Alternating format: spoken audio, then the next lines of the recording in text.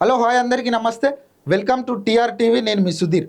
యావత్ తెలంగాణ రాష్ట్రంలో గత 2 రోజుల నుంచి ఆర్టీసీ కార్మికుల సమ్మె జరుగుతూ ఉంది. 2 రోజుల నుంచి ప్రభుత్వం దగ్గర నుంచి ఎలాంటి రెస్పాన్స్ లేకపోయేసరికి నిన్న వరంగల్ జిల్లాలో RTC bus driver Shankar Goud తన ఒంటిపై పెట్రోల్ పోసుకొని నిప్పంటించుకున్నాడు.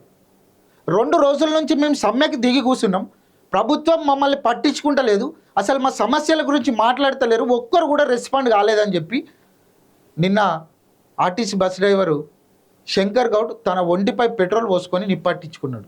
అరే ఇట్లా చేస్తానన్న ప్రభుత్వానికి బుద్ధి వస్తుంది, సిగ్గొస్తుంది, కనీసం నాలాంటి ప్రాణాలు పోతే అన్న మిగతా వాళ్ళకు న్యాయం జరుగుతుంది అని చెప్పేసి ఆయన నిన్న ఒంటిపై పెట్రోల్ పోసుకొని నిప్పంటించుకున్నాడు. అక్కడున్న ఆర్టీసీ కార్మికులు, పోలీస్ యంత్రాంగం అప్పటికప్పుడే అతన్ని అపోలో హాస్పిటల్కు తరలించారు. దురదృష్టశాతం ఏంటంటే అప్పటికే ఆయన మొత్తం కాలిపోయిన పరిస్థితి.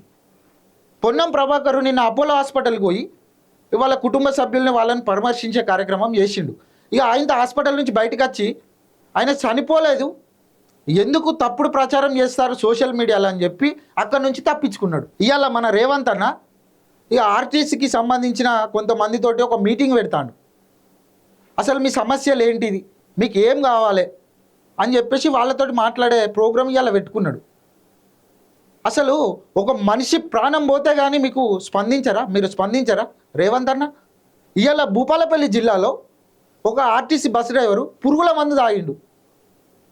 యాడికి పోతుంది ఈ సమాజం? అసలు 2 రోజుల నుంచి యావత్ తెలంగాణ రాష్ట్రంలో ఆర్టీసీ బస్సులు నడవకపోతే ఎంత ఇబ్బంది పడుతున్నారు ప్రజలు తెలుసా? హైదరాబాద్లో డ్యూటీలకు పోకుండా ఇంట్లో కూర్చున్నారు, డ్యూటీలకు పోలేని పరిస్థితి. ప్రైవేట్ బస్సులు పెట్టినావు, ఆ ప్రైవేట్ బస్ డ్రైవర్లు పోతారు, లారీలను గుద్దుతారు, డివైడర్లను ఢీకొడతారు, అల్లకల్లోలం అవుతుంది.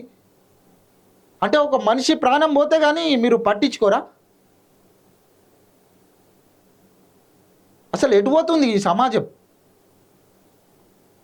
మీరే చెప్పారు కదా మేనిఫెస్టోలో, మా ప్రభుత్వం అధికారంలోకి వచ్చినాక ఆర్టీసీ బస్ డ్రైవర్లకు ఇవి వేస్తాం అవి వేస్తాం అని చెప్పి మీరే చెప్పారు కదా.